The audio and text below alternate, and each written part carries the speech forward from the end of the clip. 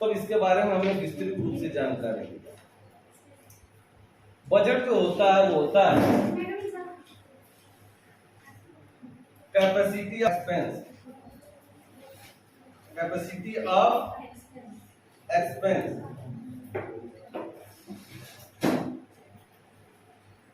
यानी कि खर्च की क्षमता। खर्च की क्षमता चाहे वो एक फैमिली की हो, परिवार की। जैसे अगर आपके फैमिली के जो अभिभावक हैं, अगर उनकी सैलरी 50,000 है तो परिवार का सारा खर्च बजट क्या है 50,000 के अंदर होगा। परिवार का बजट क्या है 50,000। एक गांव में हम निवास करते हैं, फैमिली का तो हो गया। विलेज में हम हैं, विलेज में कौन होता है अभिभावक, गांव का प्रधान। सड़क कौन फिरवाता है प्रधान जी।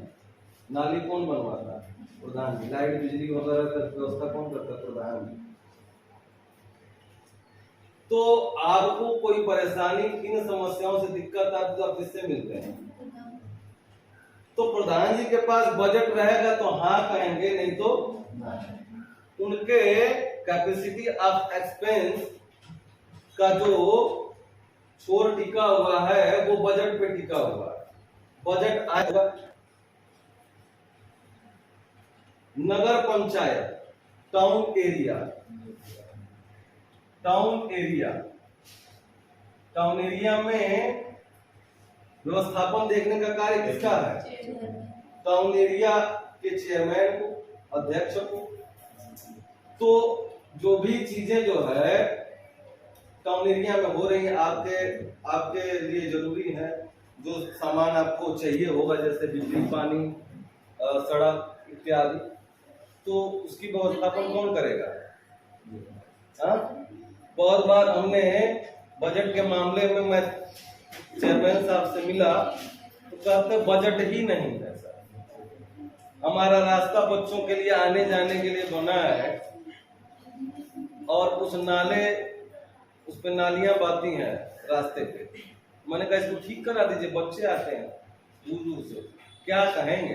कौन अध्यक्ष है इस नगर का? आपकी बदनामी हो। कहते क्या करे साहब, बजटे नहीं।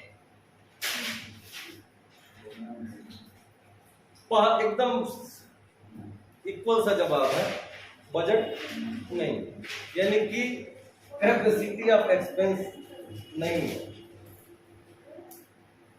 अगर किसी टाउन एरिया का बजट 2 करोड़ रुपए हो सालाना तो कितना खर्च करेगा? 2.5 करोड़।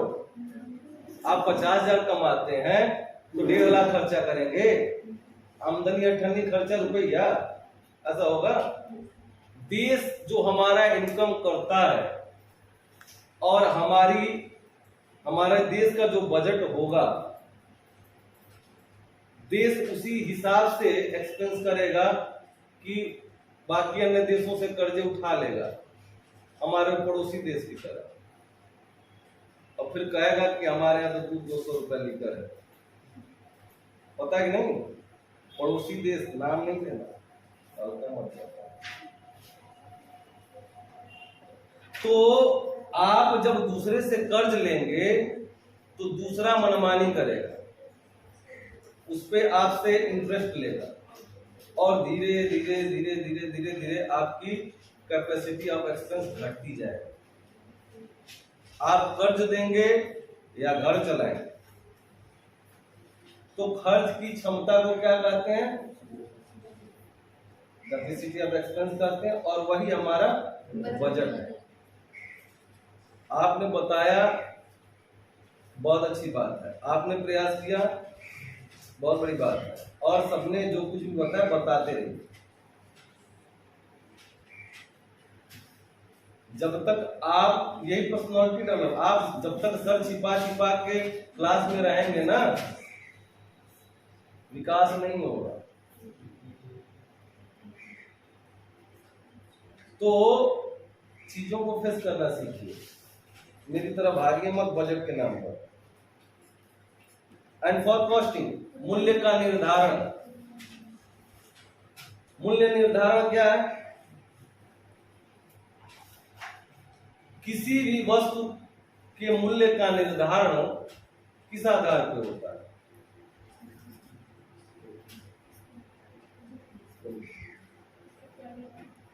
और क्वांटिटी। बैठे बैठे बोलते, क्वालिटी क्वांटिटी दोनों पे निर्भर करता है, और दोनों पे निर्भर करता है। सर यही है सर। हाँ, अच्छा, उसमें बजट भी आएगा। आप भाई साहब तुम क्लास में नहीं हो, क्या बोल रहे हैं? अच्छी बात है, बहुत बढ़िया आपने जवाब दिया। किसी भी वस्तु के मूल्य का निर्धारण जो होता है वो उसके क्वांटिटी और क्वालिटी पे डिपेंड करता है। क्वांटिटी में उसका भार भी आ जाता है। जैसे बहुत सारी चीजें पीसेज में होती हैं, और बहुत सारी चीजें किलोग्राम में होती हैं, और बहुत सारी चीजें लीटर में होती हैं। तो क्वांटिटी में सबको ऐड कर दो। अगर 100 ग्राम की कोई वस्तु 10 रुपए में मिलती है तो 200 ग्राम की 10 रुपए में मिलेगी, 20 रुपए में। क्वांटिटी बढ़ गया, उसका भार बढ़ गया, इसलिए उसका मूल्य बढ़ गया। मूल्य का निर्धारण जो है ये भी आप स्प्रेडशीट से कर सकते हैं, और करते ही हैं। प्राइस लिस्ट आप बनाते हो, बहुत सारे बच्चों ने प्राइस लिस्ट बनाया है। तो प्राइस लिस्ट में क्या करते हैं? मूल्य का निर्धारण ही तो करते हैं। आप, एक और चीज होता है, जैसे आप कोई सामान के ट्रांसपोर्टेशन का जिस हिसाब से व्यय करते हैं उस आधार पे भी आप मूल्य का निर्धारण करते हैं। जैसे कोई वस्तु इन्होंने कह दिया कि 100 ग्राम 10 रुपए का है, बात हो गई, ठीक। लेकिन उसी 100 ग्राम के वस्तु को, 10 रुपए की वस्तु को हमको यहाँ से और गांव में पहुंचाना है 10 गत्ता। बताओ भाई, भाड़ा लगेगा कि नहीं लगेगा? जितना भाड़ा लगेगा उस वस्तु पे एक्स्ट्रा चार्ज करेंगे कि नहीं करेंगे? संभवतः वो 11 रुपए की हो जाए या 12 रुपए की। तो क्वांटिटी क्वालिटी के अलावा उसके ट्रांसपोर्टेशन में, लोड अनलोड में क्या एक्सपेंसेस होते हैं। जैसे सामान आएगा ट्रक से आपके यहाँ, तो सामान की कीमत आपने दे दिया, ट्रक का भाड़ा अलग, उसको उतारेगा जो लादा होगा वहां पे वो, और जो यहाँ अनलोड करेगा वो, उसके भी चार्जेज होते हैं। तो इन सारी चीजों का मूल्य आप किस पे डालेंगे? उस वस्तु पे।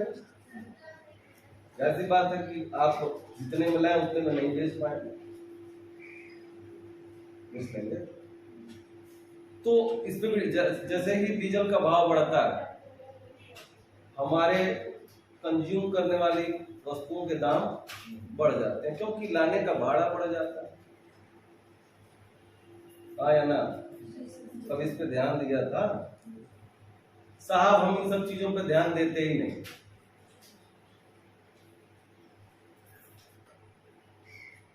हम ध्यान देते हैं बस 2 चीज,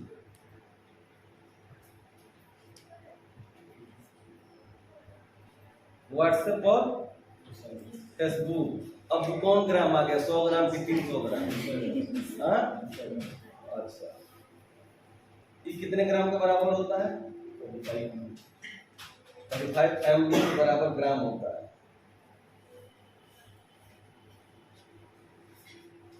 इन सब चीजों में इन्वॉल्व रहिए, ठीक, अच्छी बात है, सोशल मीडिया जरूरी है, मनमाना नहीं करता हूं, लेकिन सदुपयोग के लिए। तो चलिए फिर स्प्रेडशीट पे वापस लौटते हैं।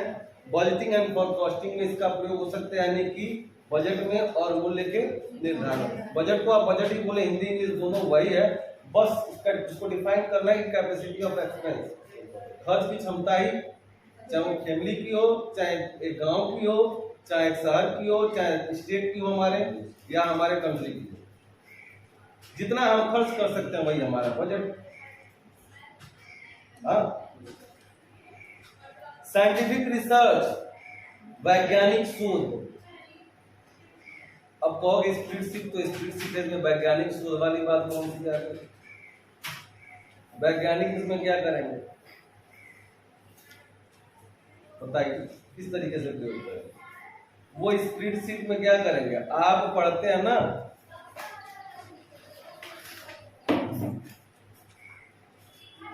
H2O, इसमें हाइड्रोजन के कितने मॉलिक्यूल हैं?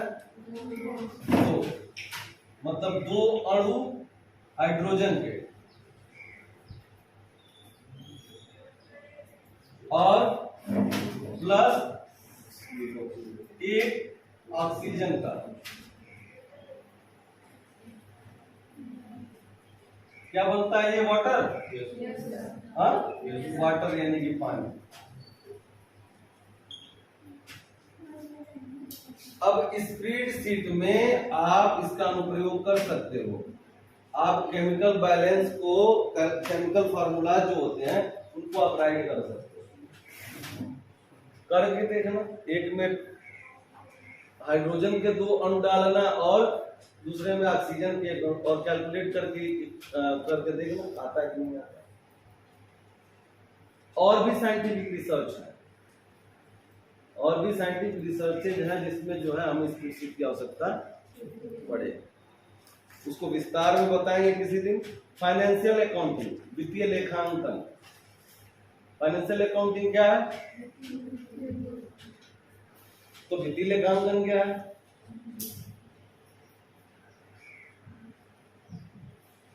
भाई एक्सेल देखो, एक्सेल जो है वो अकाउंट का ही एक रूप है। अकाउंट का ही कार्य एक्सेल में होता है। तो विस्तृत रूप से जाने कि ना जाने?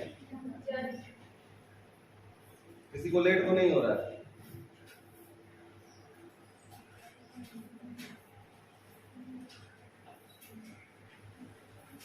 बताइए। वित्तीय लेखांकन, फाइनेंशियल अकाउंटिंग, बीकॉम वाले कौन कौन से हैं? फाइनेंशियल अकाउंटिंग बाहरी लेखा होता है, मतलब घर के बाहर बैठ के लिखते हैं। हाँ, कुछ उसको डिफाइन करिए तब तो समझेंगे। और बीकॉम में कौन कौन है? यू, बिना काम के लड़की खड़ा हो जाए।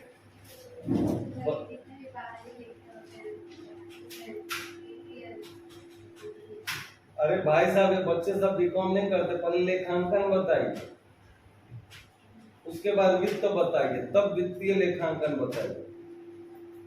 वित्त माने क्या होता है? बहन जी पेन वाली खड़ी हो जाए। वित्त माने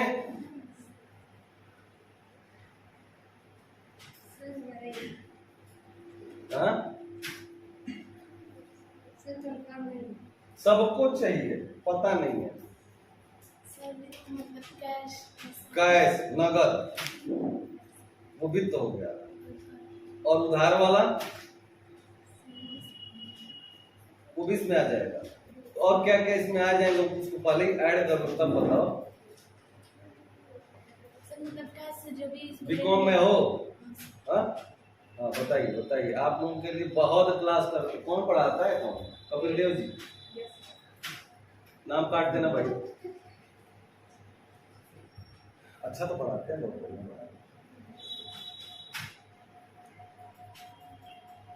आप बताएं मोहतरमा, मैं आपसे मुखातिब हूँ। पता ही नहीं, सीधा सीधा जवाब पता ही नहीं। स्कूल कहाँ करने जाते हो? कॉलेज कि घर वाले समझे हम पढ़ने जाते हैं? आप कौन सा कोर्स करते हैं आप बताएं? MA। तो कभी वित्त से पाला नहीं पड़ा। वित्त माने धन। बहुत अच्छी बात है, बढ़िया। आप बीकॉम नहीं करती हैं, लेकिन आपको पता है कि वित्त माने धन। बैठ गए। बाकी लोग आप ये मतलब नहीं, वित्त तो सबके लिए है और वित्त मंत्री भी सबके लिए है और वित्त विभाग भी सबके लिए है। देश में नहीं रहते हैं,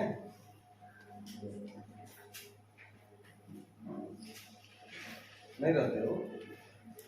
वित्त माने बैठ। धन का ही एक रूप वित्त है। अर्थ, धन, वित्त, ये सभी क्या है? ये धन के ही रूप है, सिर्फ नगद नहीं। उधार भी जो जाएगा वो भी वित्त है। जा रहा है ना, कैश जाएगा भी तो वित्त है और कैश आएगा भी तो वित्त है। अकाउंट वालों, तो वित्तीय लेखांकन जिसमें जो ट्रांजैक्शंस होते हैं हमारे, लेन और देन। ट्रांजैक्शन माने लेन देन।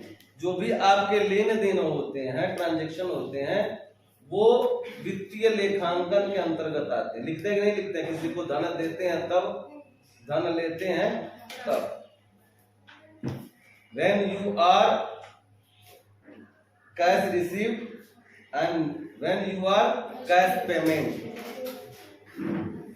आपने नगद प्राप्त किया हो या नगद भुगतान किया हो, दोनों स्थिति में आपको वित्त का आना जाना हो रहा है नहीं हो रहा है? तो जो ट्रांजैक्शन है ना,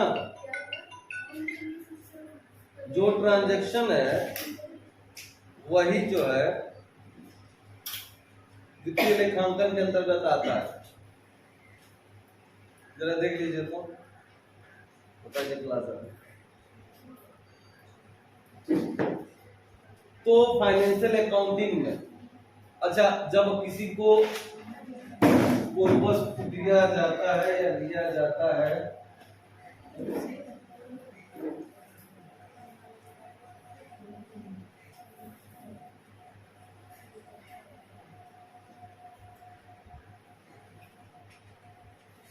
जब ट्रांजैक्शंस होते हैं ना,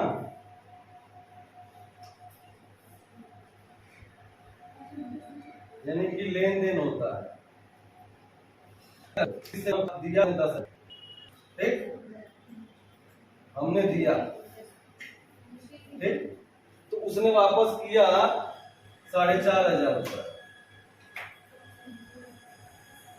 फिर तुमसे 7,000 ले लिया, फिर वापस किया 3,000 रुपये। इसी में लिखते जाओगे, कौन आ रहा है कौन जा रहा है पता चल रहा है। स्प्रेडशीट में कैसे काम करेंगे?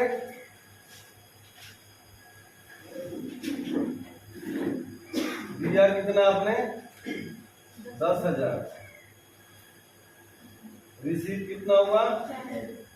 4,500। बैलेंस कितना बचा? 5,500। हाँ या ना? ऐसे लिखते हैं ना। ये इसका डिसिप्लिन है कि बस पाया बैलेंस सब एक के नीचे लिखते चले जाएंगे, लाइन बाय लाइन, पूरी खलीफा की तरह। समझना रहा? तो स्प्रेडशीट इस वर्क में भी कार्य कैसे वित्तीय लेखांकन में इसका उपयोग होता है, आएगा तुम लोगों के सामने। अकाउंट वाले अकाउंट का ही काम करना है, ये तुम लोगों के लिए लेजर बाउचर।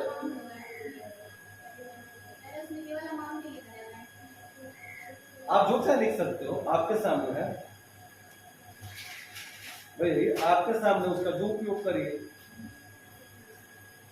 भाई ईंटा है तो मकान बनाओ, नहीं तो किसी का सर भी फोड़ ही देता है, क्यों फोड़ देता है?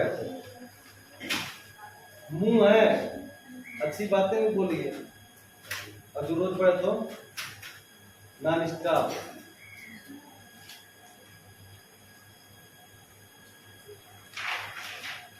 दूसरा वाला मत करिएगा, हमेशा जो है अच्छी वाणी का प्रयोग करिए। Income tax and sale tax application में भी स्प्रेडशीट का प्रयोग होता है। मैं क्या करूं, क्लास ओवर कर दूं? इसमें अभी 3-4 चीजें जल्दी जल्दी बता दूं, लेट लेट से बताऊं? आराम आराम से बताइए, ये बहुत अच्छी बात है। Income tax and sale tax applications, आयकर और बिक्री कर के अनुप्रयोगों में इसका प्रयोग होता है। ठीक पीछे जो आपकी बच्ची है उसको खड़ा कराइए। चौंक क्यों रही हो? खड़ा हो जाओ, जिससे पूछूंगा वही बताएगा। इनकम टैक्स, आयकर क्या है? इसी देश में रहते हैं हम लोग और रोज जो वर्ड हम सुनते हैं हम उसको ध्यान नहीं दे रहे हैं। आयकर क्या? इनकम टैक्स क्या? आय से अधिक जो संपत्ति होती है, आय से अधिक जो संपत्ति होती है उसको देख आयकर मिलता है। आय से अधिक जो संपत्ति होती है उसको उसकी देख रेख आयकर वाला करता है। क्या उसको सैलरी पे रखा है क्या आपने? सर नहीं। मैं यही तो पूछना चाहता हूँ कि आप कॉलेजेस रोज जाते हैं तो आखिर क्यों नहीं पता है? कॉलेज वाले मेहनत नहीं करते? ध्यान नहीं दिया। नहीं ध्यान दिया, अब दीजिए, बैठ। आप बताइए, आपसे पूछा नहीं हुआ। आयकर, इनकम टैक्स के अबाउट क्या जानते हैं? सिर्फ हमारी आमदनी होती है, हमारा आय होता है, उसमें उसका जो टैक्स हम भरते हैं उससे हम इनकम टैक्स वो कर बहुत होता है। अच्छे। जो हमारी आय होती है उस पर जो हम टैक्स यानी कि कर देते हैं वो आयकर होता है। कौन लेता है आयकर? डिपार्टमेंट के जो इनकम अधिकारी टैक्स होते हैं, डिपार्टमेंट क्यों लेता है? किसके कहने पे लेता है? सरकार के तो आय तो हम करते हैं ना, हमारी दुकान पे सरकार बैठती है, इनकम टैक्स का ऑफिसर बैठता है। तो एक लिमिट होता है कि क्यों लिमिट होता है? कमा हम रहे हैं, सरकार को क्यों देंगे? सर आय का डेफिनेशन वही है। आप जब पूछा जाता है आय का जो डेफिनेशन है वो वही है। आयकर का डिफिनेशन आपने सही बताया, सर लेकिन हमको बड़ा अन्याय लग रहा है कि कमाते हम हैं और इनकम टैक्स डिपार्टमेंट या सरकार हमारे पैसे क्यों ले लेती है? भाई साहब आप बताइए, बैठ। आयकर तो क्लियर हो गया कि हमारी जो आमदनी होती है, आमदनी के हिसाब से जो क्राइटेरिया बनाया गया है उस पे जो टैक्स हम वहन करते हैं वो उसका कर आयकर होता है। तो आयकर इन्होंने कहा ना कि इनकम टैक्स डिपार्टमेंट लेता है, तो डिपार्टमेंट बनाया किसने? गवर्नमेंट ने। और गवर्नमेंट ने कहा कि पैसे वसूलो। आप क्या करते हैं? कोई बोला? आप बोलना चाहते हैं? इनकम टैक्स जो होता है यानी कि इनकम पे टैक्स देना। इनकम टैक्स, आय पर कर। जब आपके आय का दायरा सरकारी क्राइटेरिया से ओवर होता है तो उस पे आपको सरकार को कर देना पड़ता है, टैक्स देना पड़ता है। वही मैं पूछ रहा हूँ, कमाते हम लोग हैं। सर टैक्स क्या है? हमें कर क्यों देना पड़ता है? ये दो प्रश्न हो गए। दोनों बता। वही आय कर तो बता दिया गया, टैक्स क्यों देते हैं इस पे डिस्कशन हो रहा है। आपके फादर क्या करते हैं? रेलवे में रहते हैं, पैसे वो कमाते हैं। उनकी नौकरी कौन करता है? इनकम टैक्स डिपार्टमेंट का कोई अधिकारी। तो टैक्स क्यों देंगे? गवर्नमेंट लगा दिए इसलिए देंगे। ये तो अन्याय है ना। बट अन्याय के बोले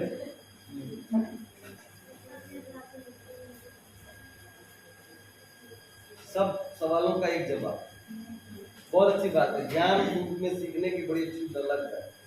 आप बताइए, सरकार टैक्स क्यों लेती है आय पे? आपकी दुकान पे वो बैठे हैं, आता नहीं, मेहनत आप करते हैं, सामान आप लाने जाते हैं, दुकान आप चलाते हैं, मेहनत आप करते हैं, और आय में हिस्सा लेने के लिए सरकार क्यों आ जाती है? अन्याय नहीं है? नहीं है। वो बाद में बात होगी, बैठिए। नहीं पता, सीधा से सरल उत्तर बताइए। बताएंगे नहीं? बताने में सब हंसेंगे। अरे क्यों नहीं बताएंगे?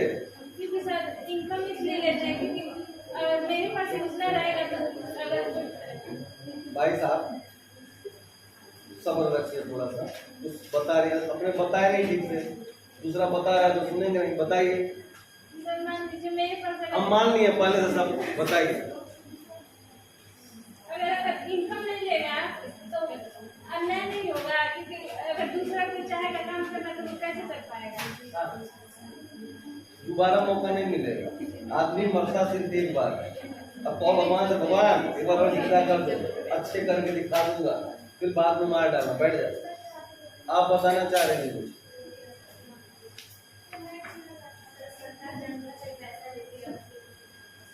उसी को वापस करती है। जैसे सरकार जनता से पैसा ले ली, और जब कोरोना आता है तो 500-500 रुपए सबके घर भिजवा देती है, टैक्स के रूप में देती है। अच्छा, लेती तो टैक्स के रूप में, देती किस रूप में है? नहीं दी है। कोरोना की भी बात नहीं है, फ्री में राशन देती है। सुनो, राशन, किरासन, सिंहासन सब सरकारी देती है। नहीं देती है।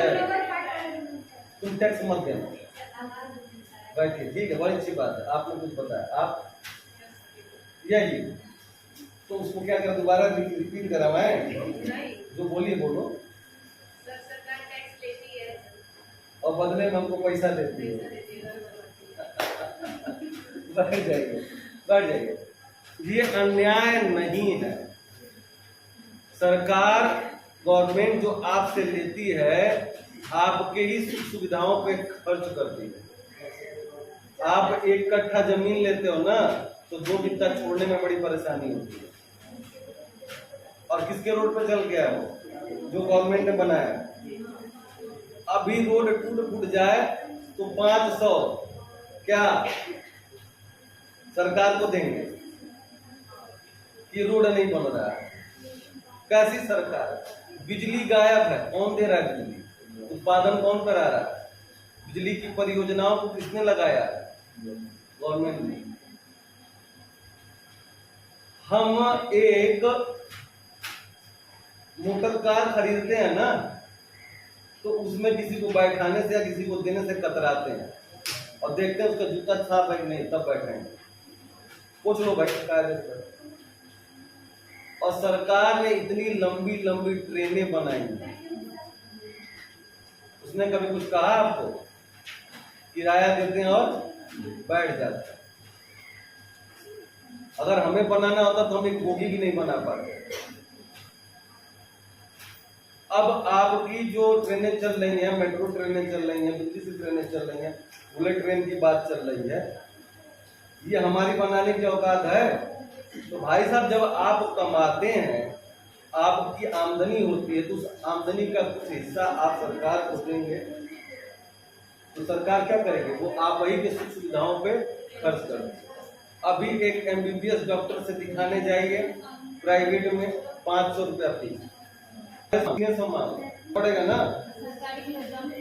और सरकार वाले MBBS जाओ, एकदम पढ़ा लिखा, तगड़ा, मोटा, ताजा, उससे दिखाने जाओगे 1 रुपया की पर्ची। आप सोच लो, वही 1 रुपया किसी भिखारी को दे के दो, साहब उसमें 1 रुपया मिला के आपको वापस कर देगा, कहेगा तुमसे धनी तो मैं। लेकिन आप जब जाते हैं हॉस्पिटल्स में, गवर्नमेंटेड हॉस्पिटल में कितना देते हैं? 1 रुपया। अच्छा, उसके बाद सरकार आपको दवा भी देती है। हाँ, जो दवा वहाँ अवेलेबल होती है आपको मिलती है। हॉस्पिटल्स में जो जाते हैं मिलती है, नहीं मिलती है तो क्या हमारे मामा के यहाँ से आया है? ये सरकार अपना खेत बेच के दे रही है। जो टैक्स जाता है वो हमारे उपयोग में आता है। आप फोन करते हो, हेलो हम अपने घर से बोल रहे हैं, 108 नंबर, 108 नंबर है ना, एम्बुलेंस, आ जाओ हमारे घर किसी की तबीयत खराब है। वो हमारा मामा का रिश्तेदार है, तुरंत गाड़ी लेके आता, कहता बैठो, पैसा नहीं देना है, फ्री में बैठना है, ऑक्सीजन वेंटिलेटर फ्री, लेके जाता है, पैसा मांगता है। हा? वो गलत है, मांगा नहीं जाता है, वो मांगते नहीं है, वो लेते हैं। आपकी गलती है, हमने बहुत बार एम्बुलेंस का यूज किया दूसरों के।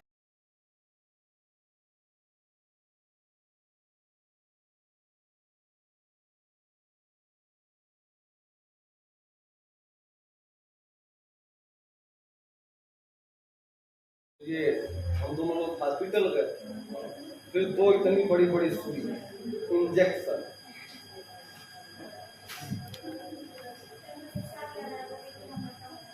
मैं कहा लगा दे भाई, तो कहा यहाँ नहीं लगेगा।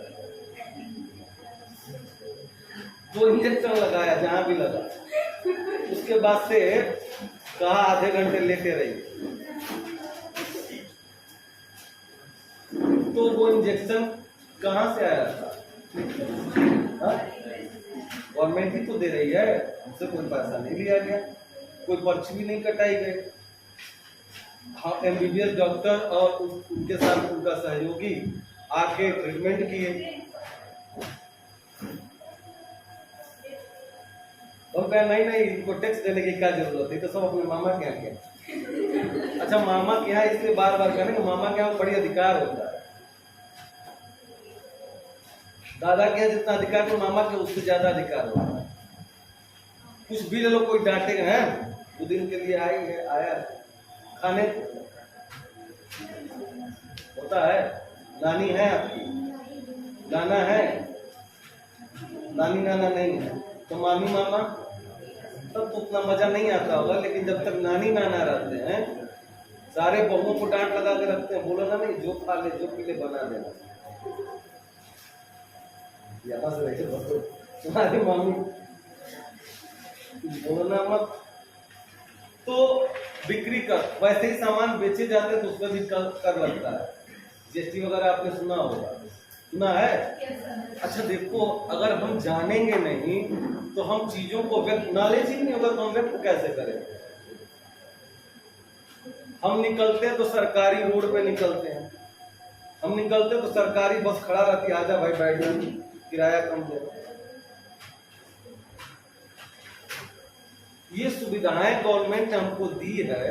अभी आपके जिले में महज 29-30 किलोमीटर की दूरी पे मेडिकल कॉलेज बन गया। अच्छा हुआ कि बुरा हुआ? ये सारा धन हम लोगों के मामा के यहाँ से आया था। अरे जो इस देश के कर्मठी परिश्रमी व्यवसायी वर्ग हैं, जो मेहनत करते हैं और उसके बदले टैक्स भी देते हैं, उनके पैसे से ये सारी चीजें हो रही हैं।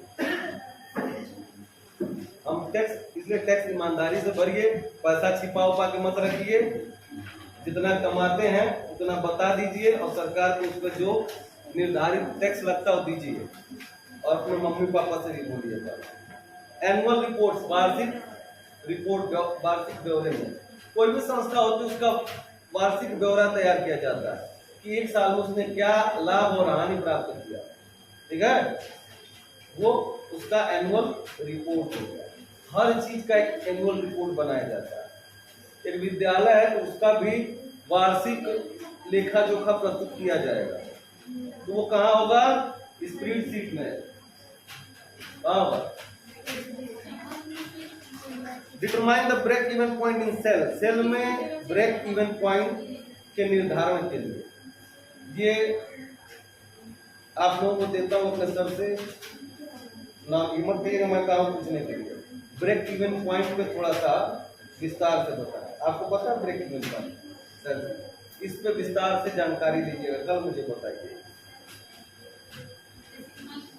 निर्धारण के लिए ब्रेक इवन पॉइंट का सेल्स में अगर आपको पता चल जाता है ठीक है, नहीं तो मैं उस पर एक्सप्लेनेशन।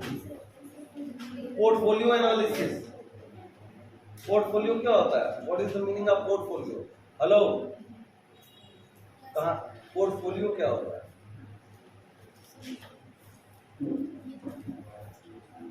पता नहीं? और तुम तो बता दो।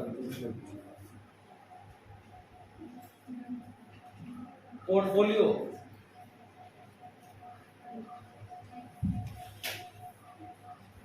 Portfolio oh my God, analysis, analysis बहुत बढ़िया। अच्छा हुआ विभीषण चाहे विशेषण नहीं करे, विश्लेषण करे। विश्लेषण को बहुत लोग विभीषण कह देते हैं। खड़े जा, बैठ जा। विश्लेषण वाली बच्ची, पोर्टफोलियो क्या होता है? सर पहले बदलाव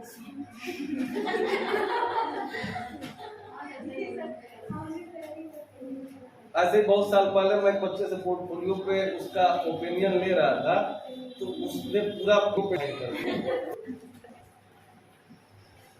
देखिए, चांस तो आप ही लोगों के लिए बनता है। ये एकदम खरा सोना है बीकॉम वालों के, जानना। पीछे वाले में से कोई पोर्टफोलियो?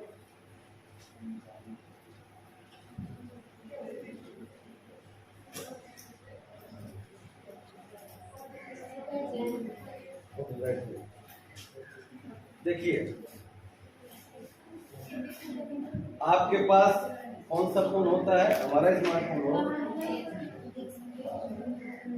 आपके पास स्मार्टफोन होता है, और जब सुनते ही हैं कि बोलने से सब होता है, तो फिर बोला करिए ना। पोर्टफोलियो एनालिसिस बोले हो, कभी कभी गलत बता देता है।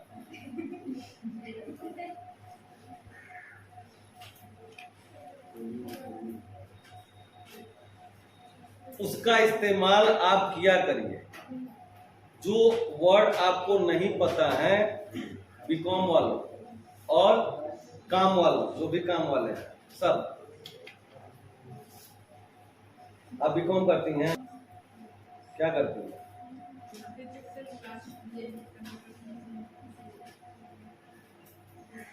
कौन पीछे भूजा खा रहा है? दांत खटखटाया है? झूठ मत बोलो, झूठ बोलोगे सुदामा हो जाओगे। चना खा रहे हो? नहीं, हम लोग नहीं खाए सुदामा उस time. You have any idea about portfolio? नहीं, बोलो बोलो बोलो।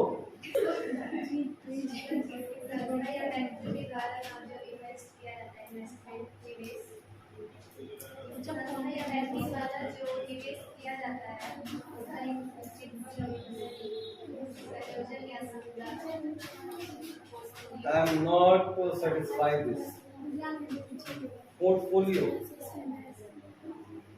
वोटिंग मीटर हाथ में ले लीजिए, अब बताइए।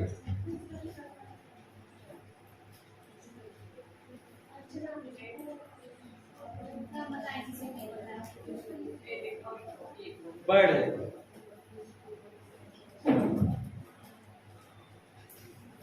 अभी संस्था और विभाग के बारे में अंकिता ने बताया।